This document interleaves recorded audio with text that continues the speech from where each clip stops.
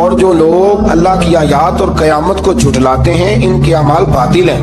پھر موسیٰ علیہ السلام کے کوہ طور پر قیام کے عرصے میں بنی اسرائیل کے زیورات سے بچڑا بنا کر اسے معبود بنانے کا ذکر ہے۔ ان میں ایک جادوگر تھا سامری، سنا ہے سلالہ میں اس کی قبر ہے۔ حضرت موسیٰ کوہ طور پہ چلے گئے تو اس نے پیچھے سے سونے کا ایک بچڑا بنا لیا، اس میں سونے کی تاریں اس کے منہ میں لگائیں، آواز چلتی تھی تو بجتی تھی۔ اتنے کمزور عقیدے کی یہ قوم تھی کہ انہوں نے فٹافٹ ماننا شروع کر دیا، فٹافٹ ماننا، کہنے لگے یہ ٹھیک ہے۔ چنانچہ موسیٰ علیہ السلام جب واپس آئے تو قوم پر غصے اور افسوس کا اظہار فرمایا اور کہا میرے پیچھے تم نے ایسا برا کام کیا ہے۔ انہوں نے تورات کی تختیاں بھی زمین پہ ڈالی اور اپنے بھائی ہارون علیہ السلام کا سر پکڑ کے اس سے جواب طلبی کی۔ انہوں نے کہا اے میرے ماں جائے، بڑے خوبصورت لفظ ہے قرآن پاک، اے میرے ماں جائے، اے میرے بھائی، قوم نے مجھے بے بس کر دیا اور قریب تھا کہ یہ مجھے قتل بھی کر دیتے۔ اب آپ مجھ پر سختی کر کے دشمنوں کو ہنسنے کا موقع نہ دیں، کبھی بھی دشمنوں کو اپنے اوپر ہنسنے کا موقع نہ دینا چاہیے۔ پھر آیت نمبر 151 میں موسیٰ علیہ السلام کی دعا اور کلمات استغفار کا ذکر ہے۔ آگے چل کے بتایا کہ غصہ ٹھنڈا ہونے پر موسیٰ علیہ السلام نے تورات کی تختیوں کو اٹھایا جن کی تحریر میں اللہ سے ڈرنے والوں کے لیے ہدایت اور رحمت کی بشارت تھی۔ آیت نمبر 156 سے لے کر 158 تک میں موسیٰ علیہ السلام کی دعا کا ذکر ہے جس میں انہوں نے اپنی قوم کے لیے اللہ تعالیٰ سے دنیا اور آخرت کی بھلائی مانگی۔ اللہ تعالیٰ نے فرمایا یہ کامل نعمت میں ان لوگوں کو عطا کروں گا جو ایمان کے ساتھ تقوی بھی اختیار کریں گے، یہ انہیں جوڑتے گھبرائے ہوئے لوگوں کو، پریشان لوگوں کو، اور جو لوگ سمجھتے تھے کہ شاید ہم کوئی دنیا کے کمزور لوگ ہیں اور یہ مالدار اور یہ اقتدار والا آدمی ہی بڑا ہے، ان سب کو حضور نے مایوسیوں سے نکالا اور اللہ کے رسول صلی اللہ علیہ وسلم نے یہ سبق پڑھایا کہ تم سب حضرت آدم کی اولاد ہو۔ عربی کو اجمی پر، گھوڑے کو کالے پر کوئی فضیلت حاصل نہیں۔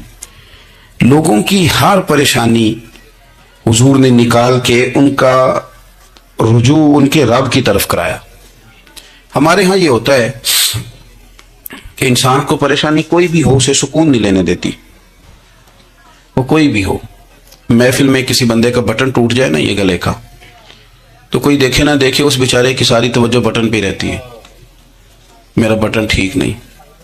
کسی بندے نے کپڑے صاف نہ پہنے ہوں تو آپ اس شخص سے کہیں کہ تجھے کچھ لوگ ملنا چاہتے ہیں، تو وہ اگرچہ اس کے پاس PhD کی ڈگری ہے، ڈھیر سارا مال ہے، وزادار ہے، صاحب عزت ہے، لیکن وہ کہتے ہیں یار میرے کپڑے نہیں ٹھیک تو میں کوفت محسوس کر رہا ہوں، ذرا میں اپنے آپ کو تھوڑا سا نہا دھو لوں، فریش کر لوں، پھر میں چلتا ہوں۔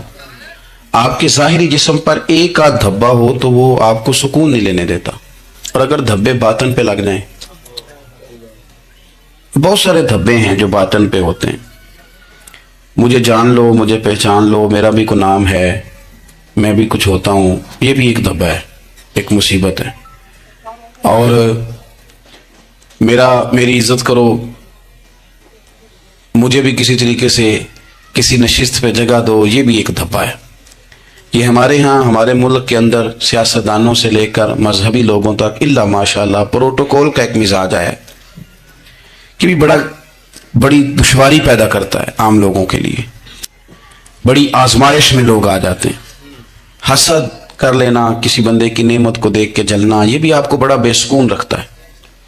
تکبر کرنا کہ میں کوئی چیز ہوں اور باقی کو تھوڑے سے مجھ سے چھوٹے ہیں، یہ سارے دھبے، یہ سارے نقصان کی چیزیں۔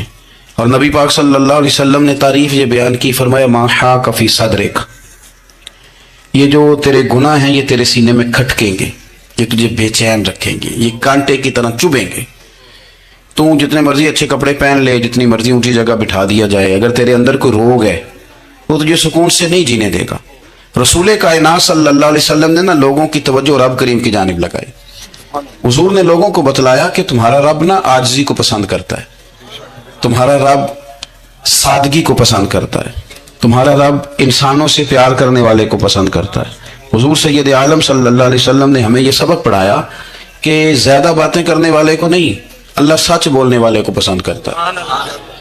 بہت اونچے اور لمبے چوڑے دولت والے اور مالدار آدمی کو نہیں، بلکہ جو آدمی دیانتداری سے زندگی گزارے رب اس کو زیادہ محبوب رکھتا ہے۔ تو ہماری یہ جتنی بھی آزمائشیں ہیں میلاد والے محبوب صلی اللہ علیہ وسلم نے نا یہ ساری ہماری دور فرما دی، ساری۔ آپ دیکھیں ہمارے ہاں ایک بیماری ہوتی ہے، وہ تکبر کی بیماری ہے، اور وہ صرف مالدار کوئی نہیں ہوتا، بلکہ حضرت سعدی شیرازی فرماتے ہیں کہ میں نے بہت سارے جھکے ہوئے لوگوں میں تکبر دیکھا ہے، جو بڑا میٹھا بولتے ہیں نا، کئی دفعہ کہتے ہیں جی کیا بات ہے جی سبحان اللہ ماشاء اللہ، بڑا میٹھا بولتے ہیں، تو یہ نہیں میٹھا نہیں بول رہے ہوتے، یہ آپ کو شیشے میں اتار رہے ہوتے ہیں۔ آپ نے کسی کی تعریف کرنی ہے تو پشت کے پیچھے کریں، وہ اصل تعریف ہے۔ آپ کوئی ایسا کام نہ کریں جس سے چھلکے لفظوں میں کہ میں نے کسی کو بنایا ہے، اس سے نا آپ کو خود محسوس ہوگا کہ میں حقیقت پہ زندگی نہیں گزار رہا، میں تو کوئی اداکاری کر رہا ہوں۔ اور جو لوگ کہتے کچھ اور ہیں کرتے کچھ اور ہیں تو وہ خود بڑے پریشان رہتے ہیں، وہ جانتے ہیں کہ یار یہ میں کہاں الجھ گیا ہوں۔ تو بھائی یہ جو بہت زیادہ ہمارے دلوں کے اندر چیز ہے، اور یہ ہر مقام پر بہت سارے لوگوں کو یہ چیز حاصل ہے، میں دیکھتا ہوں کہ درجہ بدرجہ ان چیزوں کا شمار ہے۔ کچھ کا خیال ہے کہ میری ڈگری زیادہ ہے، اور کچھ کا خیال ہے کہ مجھے عقل زیادہ ہے، کچھ کا خیال ہے کہ میری شہرت زیادہ ہے، تو کچھ کا خیال ہے کہ میری دولت زیادہ ہے۔ آہستہ آہستہ وہ الجھاؤ پیدا ہوتا ہے، کسی کا کچھ نہیں جاتا، وہ خود آدمی بے چین رہتا ہے۔ حال دیکھیں نا، یہ میری طرح کو کوئی بندہ آ جائے نا محفل میں، جس کو عادت ہے اسٹیج پہ بیٹھنے کی، اچھے لوگوں کی، بزرگوں کی، سادات کی بات نہیں کرتا، تو اس کو کبھی بیچارے کو پیچھے بیٹھنا پڑ جائے نا تو وہ گردن اونچی کر کر کے نقیب محفل کو دکھاتا ہے کہ میں آ گیا، کسی طریقے میں نے بھی ساتھ لے کے بے چین رہتا ہے۔ اور اگر اسے سکون حاصل ہو کہ بھئی حضور کی محفل میں بیٹھنا ہے، جہاں جگہ مل گئی وہیں پہ ٹھیک ہو، اور وہ سکون کے ساتھ، دیکھو اس محفل کا مہمان خصوصی میں نہیں، حضرت بزرگ تو سرپرستی کاری نہیں ہے، میں نہیں، اس محفل کا تو مہمان خصوصی وہ بندہ ہے جس نے محفل سے پہلے یہاں جھاڑو دیا ہے، جس نے یہاں دریاں بچھائی ہیں، جس بیچارے کی فوٹو بھی کوئی نہیں آئی، وہ مہمان خصوصی ہے۔ اور اس محفل کا تو وہ مہمان خصوصی ہے جو چپ کر کے کئی کونے میں بیٹھا ہے، اس کو کوئی دلچسپی نہیں کہ کوئی مجھے بھی جانے گا، کوئی مجھے بھی پہچانے، اسے تو اتنا پتا ہے کہ میں اپنے پیارے حبیب کی تعریف سننے کے لیے آیا ہوں۔ آپ اپنے اس طرح آپ کا ذوق دوبالا رہے گا اگر آپ عاجزی کے ساتھ، انکساری کے ساتھ، رب رسول کی رضا کے لیے کسی جگہ بھی آپ اپنے آپ کو سیٹ کر لیں گے تو ماحول آپ کا ٹھیک رہے گا، ورنہ آپ الجھاؤ کا شکار ہیں، ورنہ آپ پریشان ہیں، ورنہ آپ تکلیف میں، ورنہ آپ آزمائش میں۔ بخاری شریف میں حدیث ہے، قاضی ایاز مالکی رحمۃ اللہ علیہ نے بڑی تفصیل سے لکھی ہے، راوی حضرت انس بن مالک ہیں۔ ایک بندہ بڑی دور سے آیا نبی پاک صلی اللہ علیہ وسلم کی زیارت کے لیے، بڑی دور سے۔ عرب کے جو سردار ہوتے تھے ان کے بڑے ناز نخرے ہوتے تھے، وہ خیر آج بھی ہیں، پروٹوکول کا ماحول آج بھی، یعنی وزیر صاحب کے آگے دو چار گاڑیاں نہ ہوں تو ان کو مزہ ہی نہیں آتا، پولیس والے آگے پیچھے بھاگیں تو حالانکہ ان کو نہیں پتا کہ جو پولیس والے آگے پیچھے بھاگ رہے ہیں نا، یہ حکومت بدلی تو گرفتار کرنے بھی انہوں نے آنا ہے، لیکن وہ بڑا مزہ آتا ہے جب لوگ گاڑی کے پیچھے بھاگتے ہیں، کیا بات ہے جناب، بڑی بات۔ اور ہماری طبیعتوں میں پتہ نہیں کون سی، یہ پیسے پھینکنے والے دوست مجھ سے ناراض نہ ہو جائیں، لیکن میں اکثر سوچتا ہوں کہ یار یہ کس طرح کا کام ہے کہ پہلا کھلارنے پھر آپ اکٹھے کر دیں، تو آپ کٹھے دے دیں جس کو دینے ہیں، ختم ہو جائے بات۔ یعنی وہ محفل میں نا گپ شپ ہو رہی ہوتی ہے، اکٹھے کرنا لے، پان دینا لے، کس چکر میں پڑ گئے۔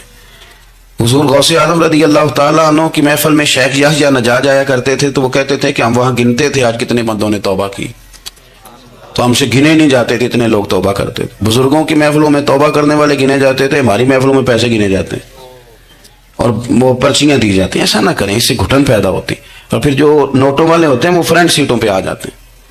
بہت سارے غریب سوچتے ہیں کہ میرے پاس بھی اگر کرارے نوٹ ہوتے تو میں بھی آگے ہوتا، تو کم از کم یہ جو میلاد کی محفل ہیں ان میں تو سب کو ایک جیسا رہنے دے، یہاں تو امیر غریب کا فرق نہ ہو، اس کو تو مہربانی کریں۔ تو نبی پاک صلی اللہ علیہ وسلم کی خدمت میں وہ شخص بڑی دور سے آیا، تو عرب کے بادشاہوں کا مزاج تھا، پروٹوکول بڑا چاہتے تھے، ان کا تو یہ طریقہ تھا کہ حکمرانی کرنی ہے جیسے بھی ہو۔ اگر کسی غلام نے دھوپ میں بندھا رہ گیا، اونٹ اور چھاؤں میں نہیں باندھا تو درے مارتے تھے، اور اگر اس نے کھول کے باندھ دیا تو پھر بھی مارتے تھے، کہتے تھے اتنا سیانا ہو گیا تو انہیں پوچھا ہی نہیں، خود بخود ہی باندھ دیا۔ وہ شخص حضور کی بارگاہ میں آیا اور بہت سارے لوگوں کے پاس کیونکہ وہ جاتا تھا اپنے سربراہ کا پیغام لے کے، تو وہ کانپ رہا ہے جب حضور کی بارگاہ میں گیا، ڈر رہا ہے۔ اب ذرا بات کو سمجھنا، نبی پاک صلی اللہ علیہ وسلم نے اس سے فرمایا کیوں ڈرتے ہو، سادہ آدمی ہے، دیہاتی ہے، بدو ہے۔ اللہ کے رسول نے تھپکی دی، کیوں ڈرتے ہو؟ تو کہتے حضور مجھے آداب نہیں آتے اور مجھے ڈر آتا ہے، کوئی بات اگر ایسی ہو گئی، آپ مدینے کی حکومت کے سربراہ ہیں، تو کہیں آپ ناراض نہ ہو جائیں. حضرت انس بن مالک فرماتے ہیں بات کہاں کی تھی پہنچ کہاں گئی. جب اس نے یہ کہا نا کہ آپ تو حکومت کے سربراہ ہیں, کہیں کوئی غلطی نہ مجھ سے ہو جائے, تو نبی پاک کی آنکھوں میں آنسو آ گئے. حضور رونے لگے اور نبی پاک صلی اللہ علیہ وسلم فرمانے لگے نہ بھائی تو کسی حکومت کے سربراہ کے پاس نہیں آیا, نہ تو اس بیٹے کے پاس آیا ہے جس کی ماں گوشت کے خشک ٹکڑے کھا کے بھی گزارا کر لیتی. میں تو ایک غریب ماں کا بیٹا ہوں.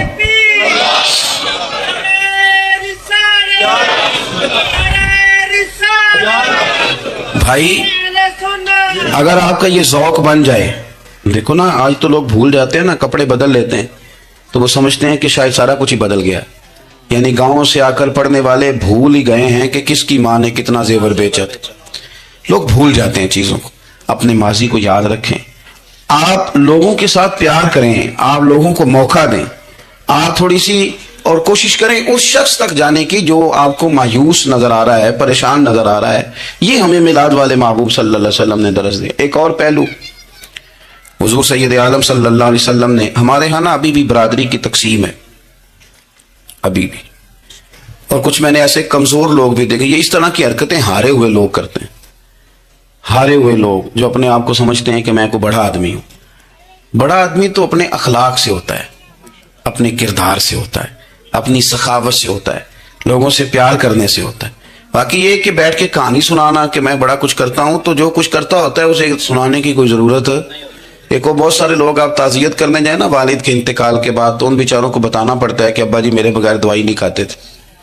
تو میں کہتا ہوں اگر تیرے بغیر نہیں کھاتے تھے پھر بتانے کی ضرورت نہیں, پھر تو سارے گاؤں کو پتا ہوگا کہ تیرے بغیر نہیں کھاتے تھے. اور اگر کوئی دال میں کالا ہے تو پھر تیری وضاحت کوئی بندہ قبول نہیں کرے گا. تو آپ کو بتانا کیوں پڑ رہا ہے, اور آپ بار بار اس بات کا ذکر کیوں کر رہے ہیں کہ ہم بہت بڑے قبیلے کے ہیں؟ صاحب اگر آپ بڑے قبیلے کے ہیں تو پتا ہوگا سارے علاقے کو آپ کتنا لوگوں کا خیال کرتے ہیں, آپ کس قدر محبت کرتے ہیں, آپ کا انداز کریمانہ کس طرح کا. پھر آپ کو بتانے کی کوئی ضرورت نہیں ہوتی, پھر خود بخود خبر ہوتی.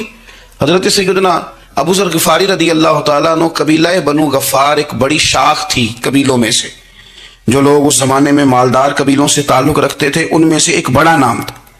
ساری زندگی چودراہٹ کی, لیکن میلاد ایک انقلاب کا نام ہے.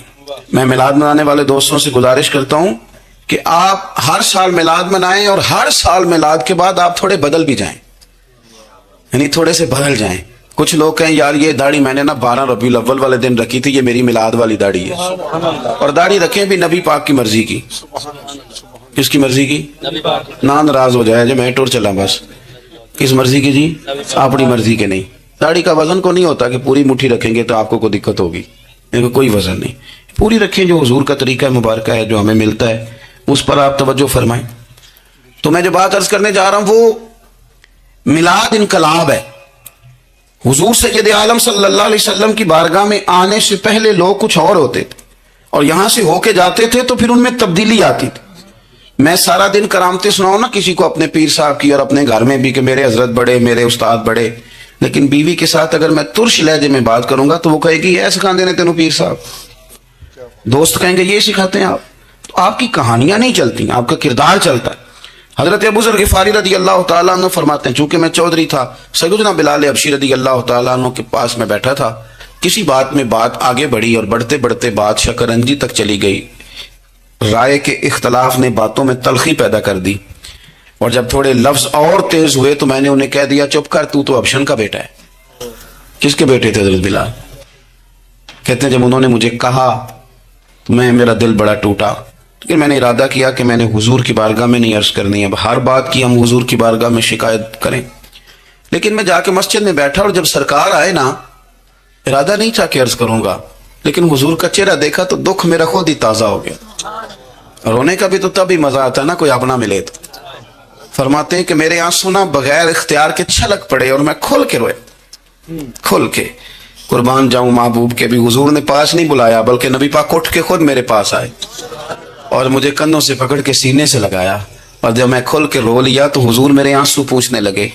کچھ شعر ایسے ہوتے ہیں جو کسی نے کہے ہوتے ہیں, اور کہنے والا جو ہوتا ہے وہ صاحب حال ہوتا ہے, تو اس میں کچھ خوبصورتی زیادہ ہی ہو جاتی ہے. ایک پنجابی کے شاعر ہمارے گجرات میں گزرے, بزرگ تھے, ان کا ایک شعر ہے, وہ کہتے ہیں ایک واری میری آنکھیاں چوں اونا نے اتھرو پونجے سن. ایک باری میری آنکھیاں چوں ਉਹਨਾਂ ਨੇ ਅਥਰੂ ਪੂੰਝੇ ਸਨ, ਹੁਣ ਤੇ ਚਸਕਾ ਪੈ ਗਿਆ ਰੋਣੇ ਦਾ. ਇੱਕ ਵਾਰੀ ਮੇਰੀਆਂ ਅੱਖੀਆਂ ਚੋਂ ਉਹਨਾਂ ਨੇ ਅਥਰੂ ਪੂੰਝੇ ਸਨ, ਹੁਣ ਤੇ ਚਸਕਾ ਪੈ ਗਿਆ ਰੋਣੇ ਦਾ, ਤੇ ਹਰ ਵੇਲੇ ਆਹੋ ਜ਼ਾਰੀ ਦਾ. تو میں روز رونے لگا ہوں, مزہ ہی بڑا آیا ہے جب سے محبوب نے چپ کرانا شروع کیا. میرے عزیز, اور پھر حضرت بلال حبشی رضی اللہ تعالیٰ عنہ چونکہ حضور کے غلام تھے اور انہیں پتا تھا کہ سرکار میری ناز برداری کرتے ہیں, حضور نے چپ کرایا. فرمایا کیوں روتے ہو؟ تو عرض کرنے لگے یا رسول اللہ صلی اللہ علیہ وسلم, اگر میں ابشن کا بیٹا ہوں تو میری تو غلطی کوئی نہیں نا, یہ تو تقسیم اللہ کی ہے نا. الذی خلقک فسواک فعدلک فی ای صورت ما شاء رکبک, جس طرح وہ چاہتا ہے, جس کو چاہتا ہے اس طرح کی اس کی صورت بنا دیتا ہے. تو مجھے ابشن کا بیٹا کہا جاتا ہے, میری غلطی کیا ہے؟ حضرت بلال نے بھی نہیں بتایا کس نے کہا, لیکن نبی پاک صلی اللہ علیہ وسلم نے کیا فرمایا. امام یوسف صالحی نے لکھا ہے, ذرا غور کرنا بات پر, تسلیاں لوگ اور رنگ میں بھی دیتے ہیں پر یہ تسلی بڑی انوکھی ہے. حضور فرمانے لگے بلال اگر تو ابشن کا بیٹا ہے تو پریشان کیوں ہوتا ہے؟ کالے رنگ والی ماں کا بیٹا ہے تو پریشان کیوں ہوتا ہے اگر تیری والدہ کا رنگ کالا ہے تو؟ عرض کی حضور آپ کیا فرمانا چاہتے ہیں؟ تو سرکار فرمانے لگے میں دو ماؤں کا بیٹا ہوں, ایک جناب آمنہ جنہوں نے مجھے پیدا کیا, اور ایک حضرت ام ایمن جنہوں نے میری پرورش کی, مجھے بڑا کیا. حضور فرمانے لگے میری ماں آمنہ کا رنگ گورا تھا اور میری ماں ام ایمن کا رنگ کالا ہے. تو فرمایا اگر تجھے کسی نے کالے رنگ والی ماں کا بیٹا کہا تو اسے کہہ دینا مدینے والی محبوب کے بھی تو ایک والدہ کا رنگ کالا ہے, تو کہہ دینا. حضرت بلال کہتے ہیں کہ وہ اس طرح کی تسلی تھی, طفل تسلیاں نہیں جس طرح کی ہمیں دی جاتی, وہ اس طرح کی خوبصورت تسلی تھی کہ اس کے بعد میرا دل ایسا ٹھنڈا ہوا, پھر کسی کا تانا تانا نہیں رہا, پھر کسی کی تکلیف نہیں رہی. رسول پاک صلی اللہ تعالی علیہ وسلم نے یہ جو آج تقسیم ہے ہمارے ہاں اونچ نیچ کی, چھوٹے بڑے کی, ذات برادری کی, حضور فرماتے ہیں میں نے پاؤں کے نیچے رکھ کے کچل دی, اب اس کا کوئی سٹیٹس نہیں رہا, اب یہ کوئی معاملہ نہیں. پھر میرے بھائی ایک معاملہ ہمارے اندر جو اور بڑی شدت کے ساتھ آیا ہے اور جس نے بڑا زور پکڑا ہے وہ یہ ہے کہ ہم نا پڑھے لکھے لوگوں سے معذرت کے ساتھ, پڑھے لکھے لوگوں کا بھی ایک مسئلہ ہے, وہ دوسروں کو جاہل کہنا ضروری سمجھتے ہیں, الا ماشاءاللہ. میں اکثر کہتا ہوں کہ یہ تو آسان کام ہے نا, آپ نے کہہ دیا جاہل نہیں جی سارے پنڈ والے, یہ تو بڑا آسان کام ہے, تو جان چھڑانے والی بات. ان پڑھ ہیں جی اس قوم کا کچھ نہیں بن سکتا, بھی تو آسان کام ہے, جان چھوٹ گئی. میں بھی کھڑا ہوتا ہوں نماز جنازہ کی امامت کرنے کے لیے, کبھی تو کہہ دیتا ہوں کہ جناب آج لوگوں کو نماز جنازہ کی دعا نہیں آتی, تو سوچتا ہوں کہ اگر کسی نے کھڑا کر کے پوچھ لیا کہ آپ نے کتنے لوگوں کو یاد کرائی ہے, ہم نے کبھی کہا کہ آؤ بیٹھو یاد کراؤں, تو اس کا جواب کیا ہے؟ تنقید کرنا آسان کام ہے اور تعمیر کرنا یہ مشکل مرحلہ ہے. عزیز دوست, ہمارے ہاں نا ان پڑھ بندے کے ساتھ اور اس بندے کے ساتھ جس کی سوچیں محدود ہیں, ہمارا رویہ اتنا تلخ ہوتا ہے. بھائی مزہ تو تب آتا ہے نا جب آپ کو, کچھ لوگ کہتے ہیں میں اچھے کے ساتھ اچھا ہوں, تو اچھے کے ساتھ تو ساری دنیا اچھی ہوتی ہے, آپ نے اس میں کیا کمال کیا؟ حضور سید عالم صلی اللہ علیہ وسلم نے تو فرمایا اس کے ساتھ جوڑو جو تمہارے ساتھ توڑ رہا ہے, جو سخت رویہ اختیار کرے, سخت. بخاری مسلم میں حدیث ہے, حضرت عمر فاروق رضی اللہ تعالیٰ عنہ, حضرت انس بن مالک فرماتے ہیں کہ حضور سید عالم صلی اللہ علیہ وسلم گزر رہے تھے اور سرخ رنگ کی نہ نجرانی دھاری دار چادر سرکار نے اوڑھ رکھی تھی. ایک بدو آ گیا, اس نے کیا کیا کہ حضور کی مقدس چادر کو پکڑ کے کھینچا, اور اس زور سے کھینچا کہ گردن مبارک پہ نشان پڑ گیا. زور سے دروازے پہ دستک دے دینا بھکاری, تو اسے خراش رات کوئی نہیں ملتی, البتہ جھٹکیاں دو چار ضرور مل جاتی. توڑنا ہے دروازہ, خیرات لینے آیا کہ تو قرضہ لینے آیا؟ اس نے آ کر کے زور سے چادر کو کھینچا, مقدس گردن پہ نشان پڑ گیا. سرکار نے رخ انور پھیرا, کہتا پتہ کیا ہے, میں غریب آدمیوں کچھ مانگنے آیا ہوں. بھئی تو گلے میں چادر ڈال کے مانگے گا, لیکن یہ آپ کا کمال ہے. یہاں اب آپ کے علم کا, آپ کے حوصلے کا, ظرف کا پتہ چلتا ہے. کھینچی چادر, کچھ مانگنے آیا ہوں, اور صحیح بخاری کے لفظ یہ ہیں کہ فَالْتَفَتَ إِلَيْهِ فَضَحِكَ, جب محبوب نے اس کی طرف توجہ کی, اس کی بات سنی, اس نے گلے میں چادر ڈال کے کھینچا ہے, نشان ڈال دیا ہے, لیکن جب حضور نے توجہ کی تو فَضَحِكَ, نبی پاک نے مسکرانا شروع کر دیا. حضور مسکرائے, یعنی چادر ڈال کر کھینچنے والے. اور یہ چیز آپ کو بڑا کر دے گی, آپ یقین کریں,